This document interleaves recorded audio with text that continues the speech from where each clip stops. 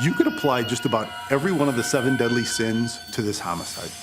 Greed, lust, envy, anger. A brutal killing. The first thing that came to my mind was ambush. Someone waited for him and shot him.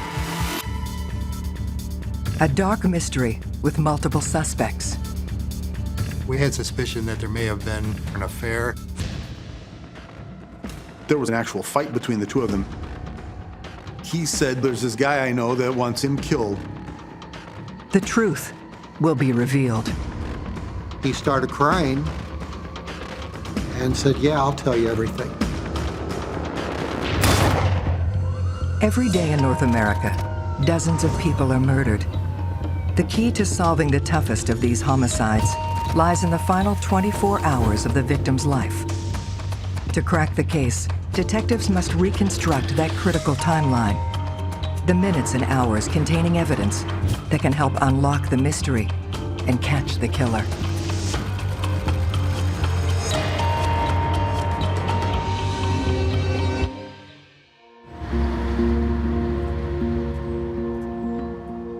Maryville, Indiana, a thriving community just southeast of Chicago.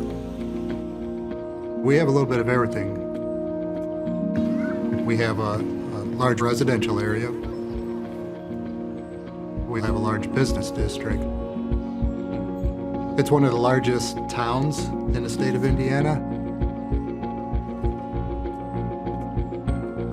On average, we're usually in the single digits for homicides.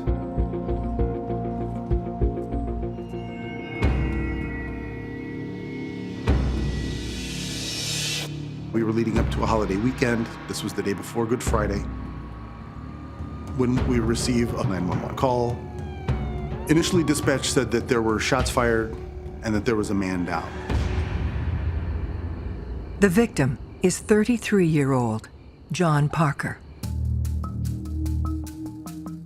John had a vacuum cleaner, door-to-door sales business. He was an amazing salesman. He was hardworking, and he was successful. He's rolling along one high to the next, and this terrible thing happened to him. Detectives Donald Toth, Robert Wiley, and Jeff Rice are given the task of hunting down the cold-blooded killer responsible for John's murder. When I arrived, what I saw was John Parker laying on the ground outside of his vehicle, directly in front of their business office. John was struck once. The bullet entered lower behind the ear to the back of his head. The crime scene itself was what I would call fairly pristine.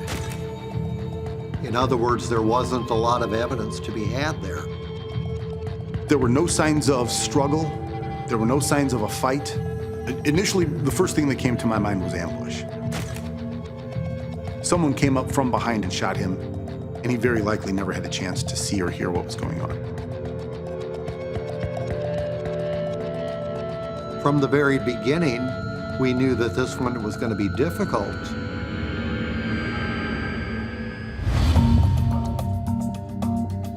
Detectives turn their attention to reconstructing the last 24 hours of John Parker's life. The timeline of the victim, where they were and what they were doing, is crucial to any good investigation. And when we look at the people involved, be they suspects or witnesses, finding where they are when this occurred is very important. The only witnesses that we located when we got there were Ben Love, the office manager, and Judy Parker. Judy was crying. She was obviously upset, which we understood as the wife of the deceased. She said that that night, probably at 6:30 or 7 o'clock, John and Judy had gone out to dinner at a local restaurant.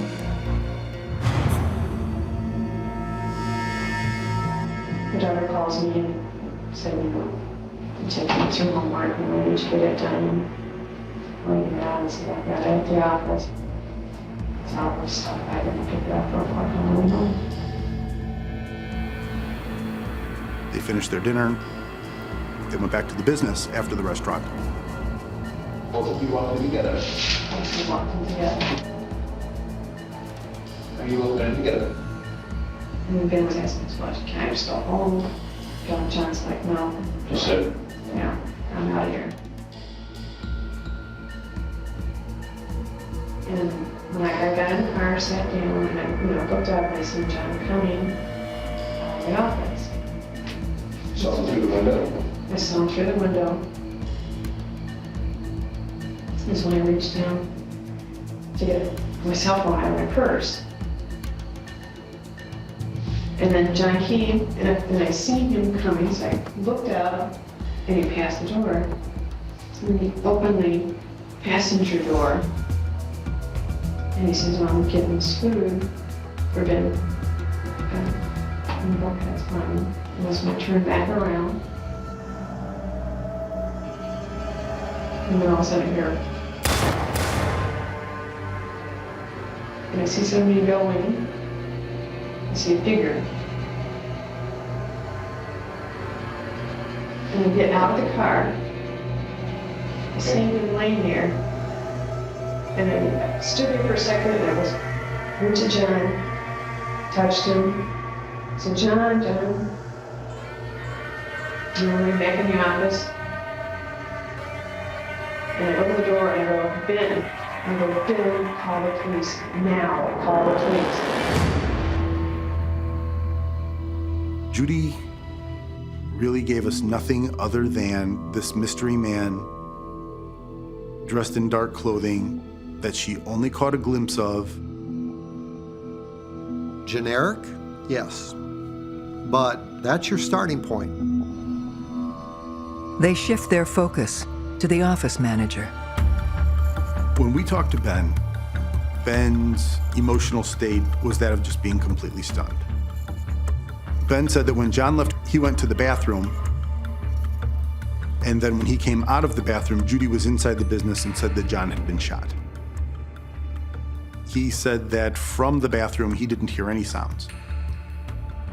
And since he was in the bathroom the whole time, there was nothing Ben could give us. Although Judy and Ben are unable to provide anything concrete, police still manage to develop a theory. His Rolex watch and his big gold ring were on his hand. No one went after Judy's purse. Also, it's our industrial area, and it is somewhat secluded. The opportunity to rob somebody is nil. So it just didn't seem like a random event. It seemed something more personal. And we asked Judy if there was any enemies. Who do you think would have done this? You could have. I mean, what? I mean, in your heart of hearts. I have no idea.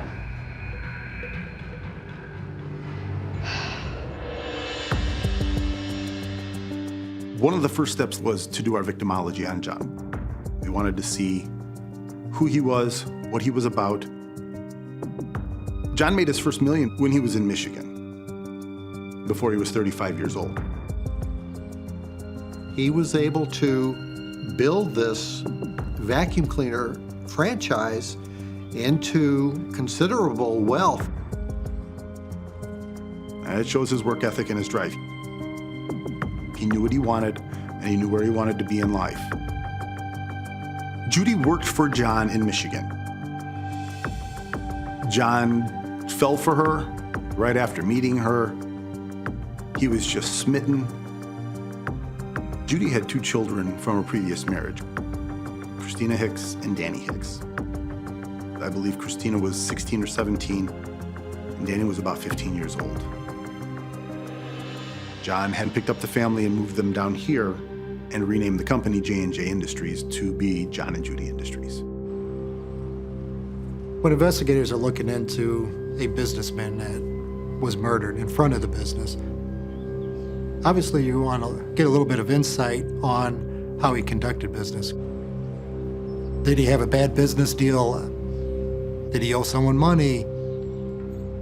Here we have a victim who, from a relatively young age, became a multimillionaire. To move that fast in his business, he likely stepped on a lot of people.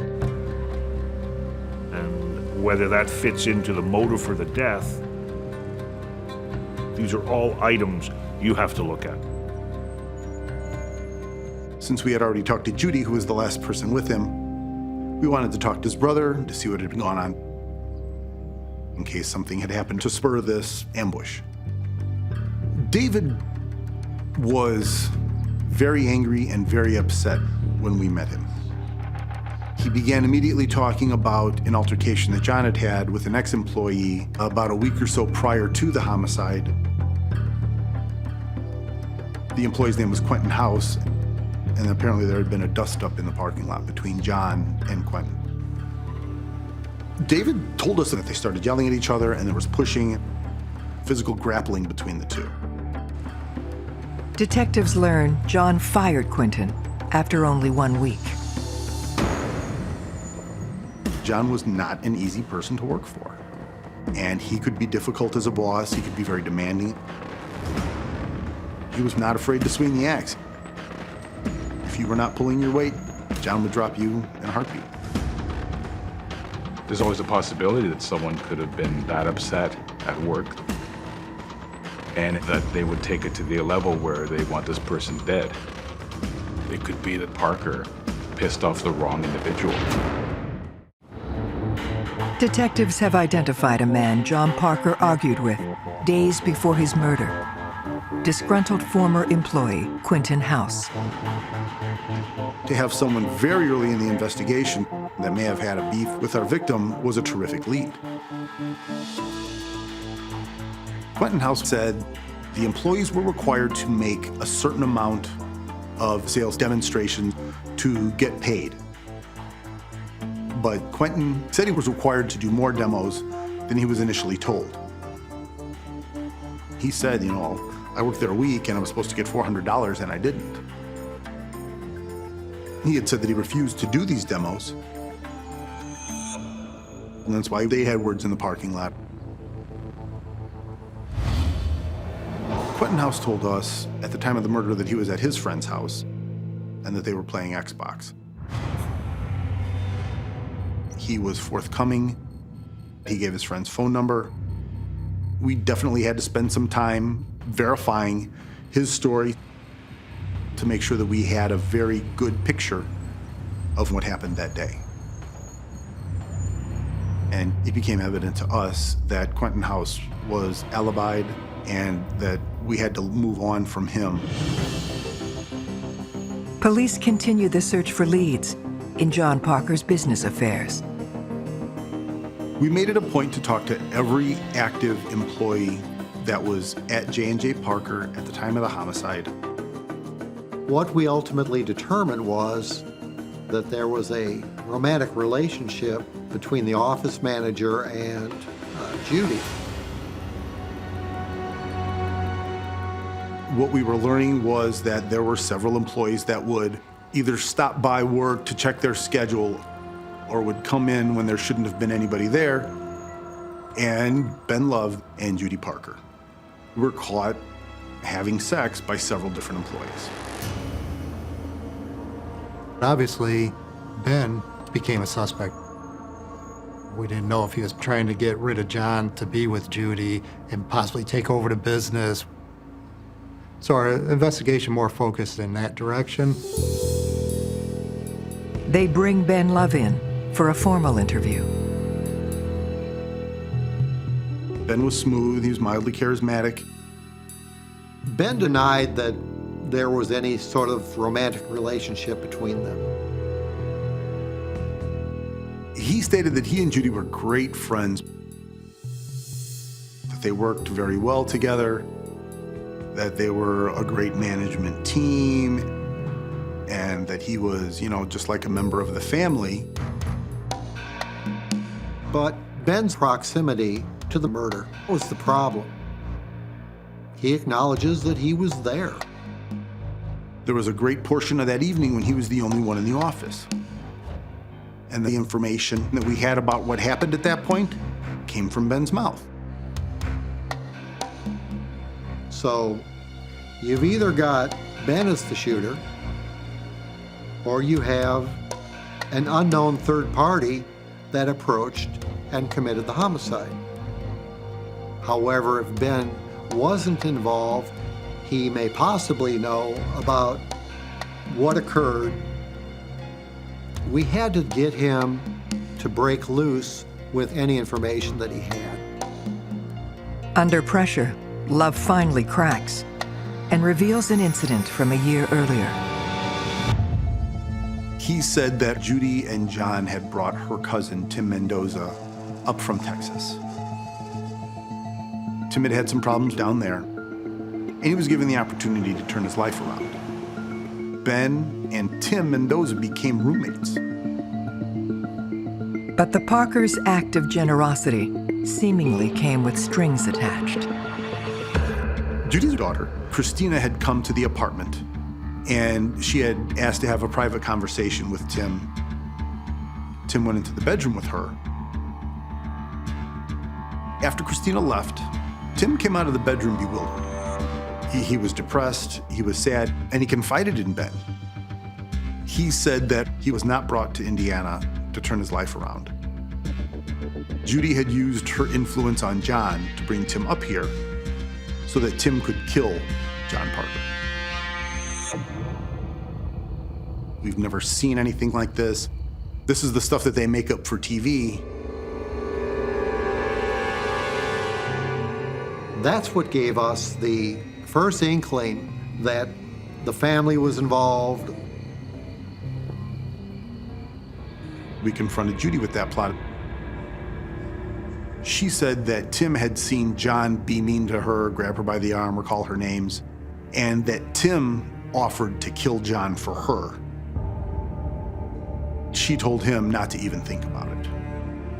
And at the time, she dismissed it because Tim had left to go back to Texas.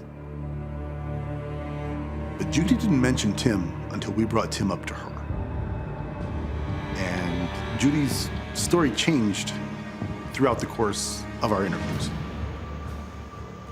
When we started, it was that she and John were in love and they were successful. Everybody liked him.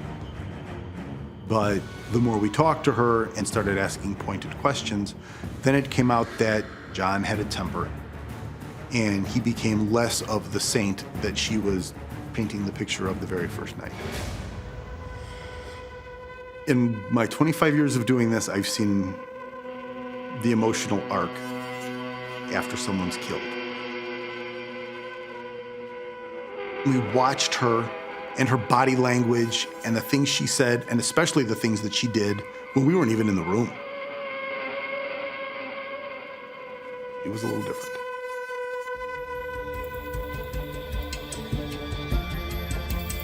Detectives want to speak to the other family member involved in the alleged plot, Judy's daughter, Christina. But they quickly run into a problem. Indiana state law states that if a parent is a suspect in a crime, that parent cannot give permission for law enforcement to talk to their children.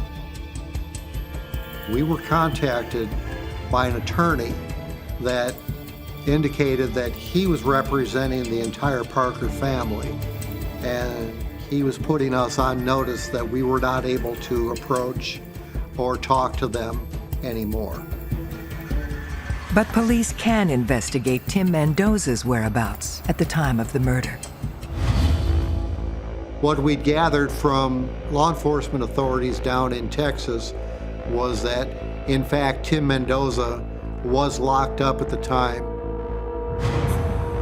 and wouldn't have been capable to be the shooter on that Thursday night. As Mendoza is ruled out, detectives receive a curious new lead. We had a phone call from a school resource officer in Crown Point, which is the next town south of us. He told us that he had some information for us. There were two kids called Earl and Kevin. They were residents in a juvenile detention halfway house where they were allowed out if they had jobs in school, kind of reintegrate them into society. They came to the attention of the Crown Point Police Department because Earl was found to have $201 on his person. And one of the rules of the halfway house was you didn't get to have cash. Their story was that they were scamming this kid from school. It was ultimately told to us that they had received that money from Judy's son, Daniel Hicks, to have John Parker killed. Detectives now have 3 new suspects in the murder of John Parker: his stepson Daniel Hicks, and 2 of Daniel's friends, Kevin and Earl. Danny Hicks is the second eldest of Judy's children. He did have his share of run-ins with law enforcement, with school officials. He's a bit of a wild child. We had felt at that time that we had a very large break in the case, that we had discovered a conspiracy to commit this murder. But we still don't have the trigger man that killed John Parker. So we needed to find further evidence, again, to corroborate the story. The same state law that blocked an interview with Christina also bars their way to Danny. Their hope now lies in connecting Kevin and Earl to the murder. When we talked to the individuals at the juvenile center, we were able to confirm that Kevin, in fact, was detained at the facility on the night of the shooting and would not have been involved in that particular homicide. Detectives learned that Kevin's co-conspirator, Earl Dantzler, was already out on the night of the murder and has since vanished. The timeline for us seemed to be similar to that of our homicide, which made us very suspicious. We had put out locates on him. Every person that had a snitch in every town was told to look for him. His picture was passed around. His name was thrown around. Earl was everywhere and nowhere all at the same time. The hunt for Earl does, however, throw up a new lead. We had a gentleman come to the police department and say that he had information that Mike Campion might be involved in the homicide.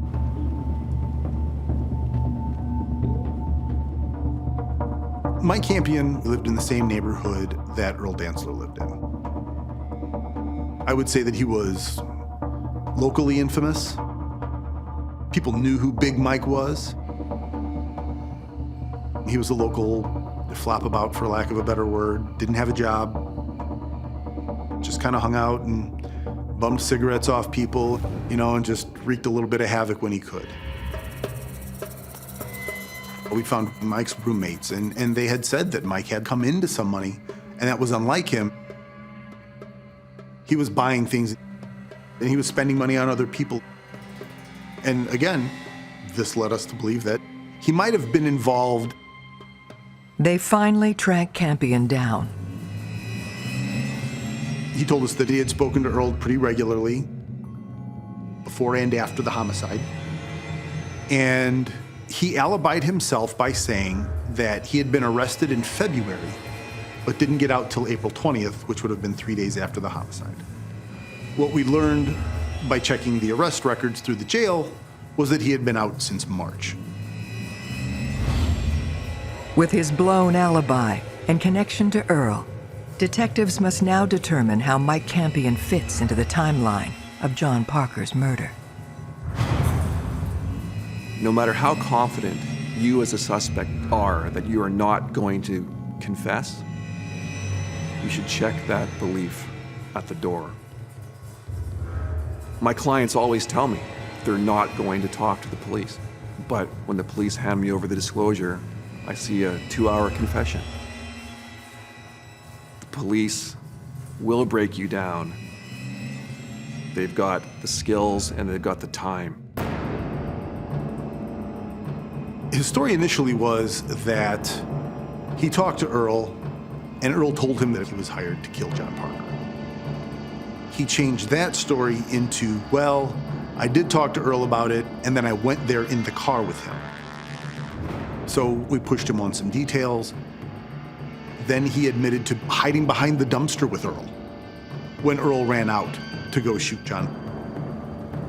He had a voice stress test where he was found to not be truthful. So then we really pressed him on his involvement. During the middle of the conversation, he put his shoulders down and his head back and he said, I want to tell you guys this one thing, but if I tell you this one thing, I know I'm going to prison. At which point, Don and I exchanged a bit of a look, and we said, go ahead and tell us. So then he tells us that it wasn't Earl that ran up and shot John Parker, but that it was him. We asked him to show us how you approached him. Show us where you shot him. And Mike indicated that he had approached John from behind.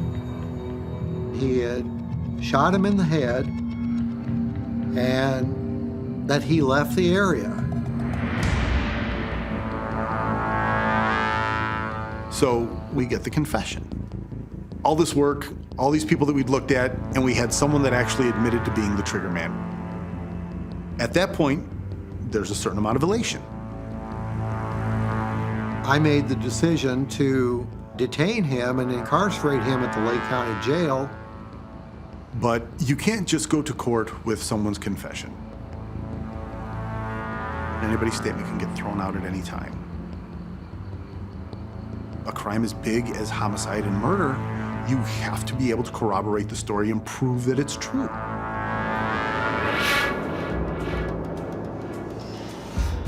To confirm Campion's story outright, they need to speak to Earl Dantzler. We had sent out feelers and we had done searches on family members of Earl and his grandmother, Dolly Villagomez. And we learned that Dolly had moved to Las Vegas. We reached out to Las Vegas PD. They sent detectives over there. And the detectives verified that yes, Earl was living out there. Investigators went to Las Vegas to find him and put together a timeline compared to the time of the murder. Earl confirmed that Danny had hired him to kill John Parker. He confirmed the transfer of the money with Kevin. But he said that he and Kevin put this plan together that they were going to take this money and there was nobody to report this to. Because how do you report that somebody stole the money that you paid them to go kill somebody? They felt that it was a perfect scam. But then Earl said he and Dolly moved to Las Vegas, and that was the last he had heard.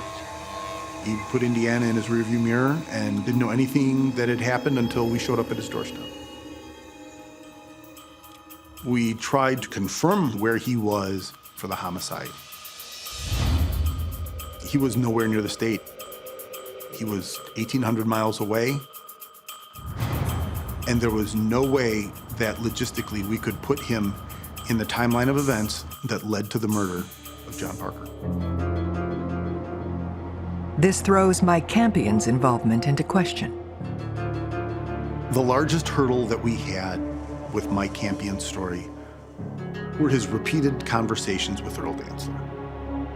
I saw Earl at the store. I saw Earl walking down the street. He told me how to make some money. Earl was in Las Vegas the whole time. He was never here. That was too big of a hole in his story for us to consider Mike Campion a viable suspect. I don't know what his thought process was, but we came to believe that he would rather be infamous than nobody. So he put out there that he was the one that pulled the trigger. It was a great story to tell. I've read about him, and you hear stories about false confessions. I had never had one. Looking back after that interview, that was a false confession. It was frustrating. It was. But by this time in our investigation, frustration was a daily occurrence. Every day it was beating our head against the wall, just trying to make a little bit of progress. Our suspect pool in this case was so large, we found it beneficial to just start eliminating people that it couldn't have been. And eventually it came down to Judy, Danny, and Christina.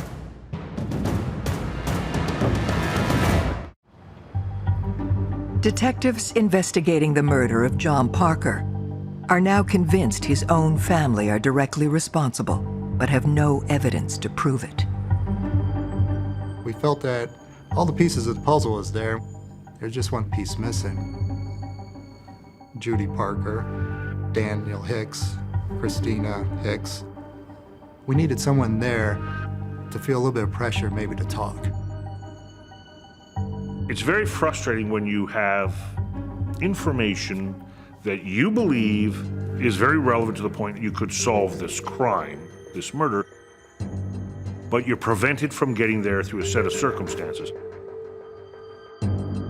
You can't go home and have sleepless nights over something like this. You have to keep thinking of a way to get around it. Keep working on the case. With Judy's lawyer blocking any interviews with the family, detectives need to find another way to place the gun in one of their hands. One of our ploys was a flyer that said we were looking for information involving a homicide that occurred in Maryville of John Parker.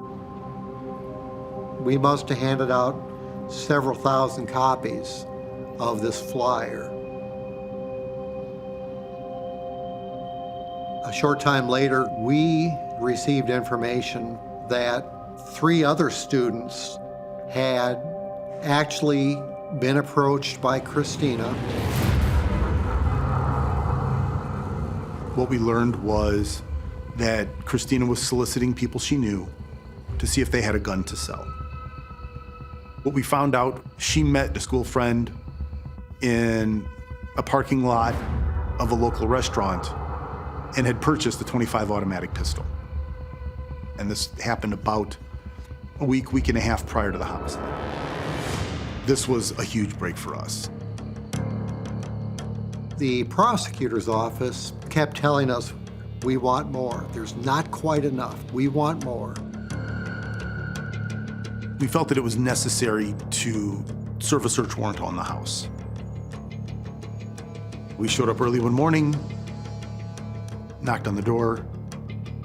We woke them up out of bed. Everybody was in their PJs. It was a methodical, almost grid search of the house. But we didn't find the gun. To say it was a setback, it doesn't meet that standard. We were very upset. It let all the wind out of our sails. It was frustrating to feel in our hearts with the interviews that we had and all this information surrounding Judy, Christina, and Danny that, hey, we want to charge. Leads and new information were coming in less and less frequently. We learned that Judy and Ben had moved back up to Michigan. Danny had moved out to Arizona, and Christina had gotten married and was living locally. We felt that we were so close that it could be solved but we just needed somebody to break. You just have to keep chipping away at it, and hopefully something will break loose. In February 2006, 3 years after the murder, detectives get an unexpected break from an unlikely source. Christina's husband, Eric, had some run-ins with the law, drug-related.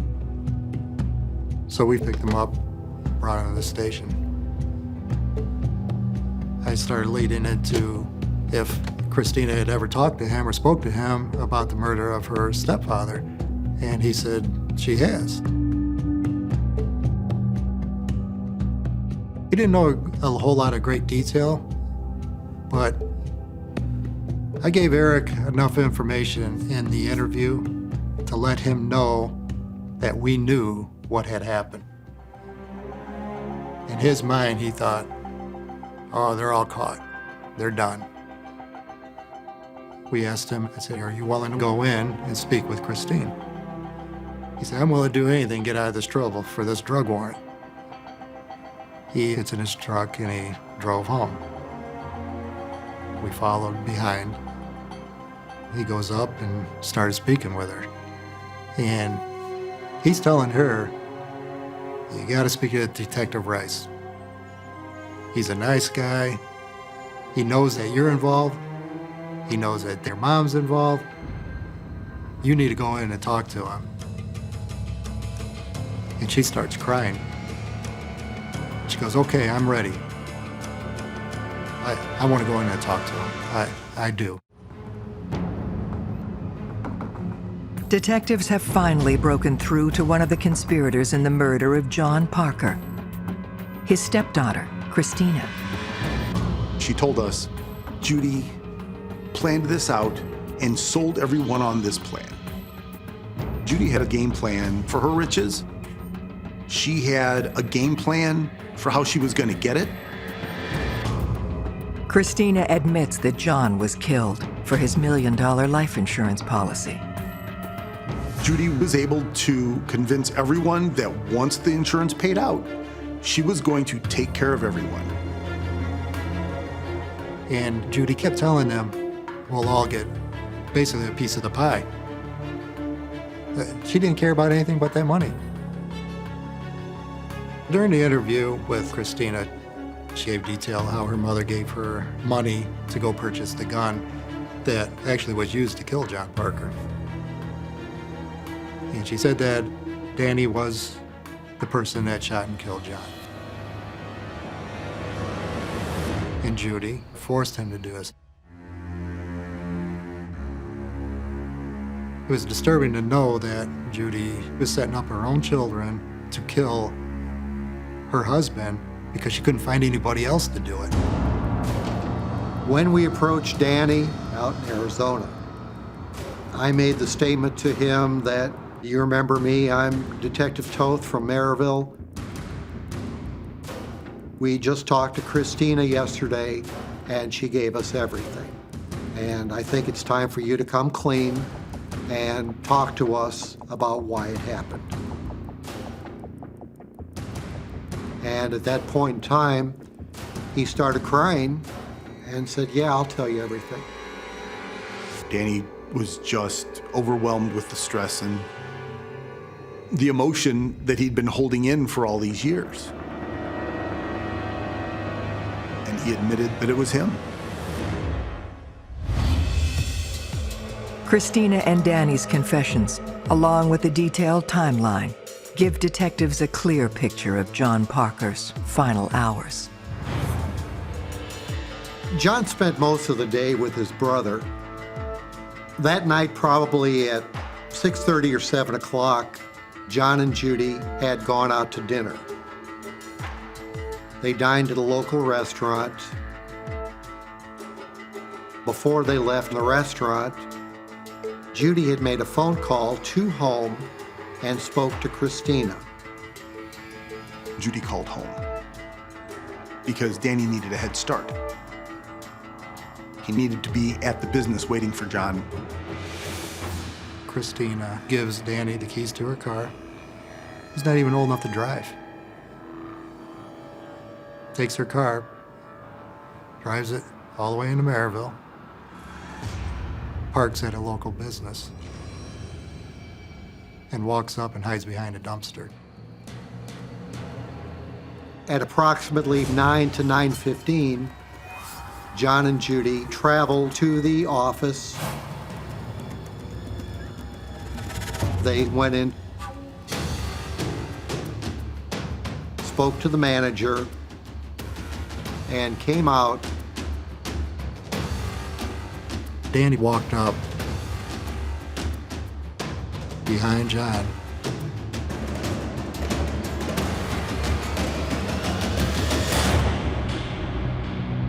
And shot him in the back of the head. You have to put a lot of blame on Judy because Judy was the adult. I think Judy convinced the two teenagers, whether it be by greed or ignorance. Judy Parker, Daniel Hicks, and Christina Hicks are arrested and charged with murder. Christina got assisting of criminal charges, and she got the least sentence. Danny got sentenced to 23 years, and Judy got 33 years for orchestrating the actual homicide itself. It is a tragedy. John fell in love with this lady. He took her kids in. He made them part of his family. They were all going to reap the benefits of his hard work. John was ambushed. Cut down in his prime. Nobody deserves that. It saddens me that something so silly as money would make them want to do that. But greed was probably one of the first evils, you know. What's the Bible say? The love of money is the root of all evil. There's no doubt in my mind that she brainwashed Danny and influenced him into killing her husband. I kept thinking back and looking at that mug photo, and I'm seeing this little boy. I felt for him that his mother made him do this. She's an evil person to make her own child do something so evil.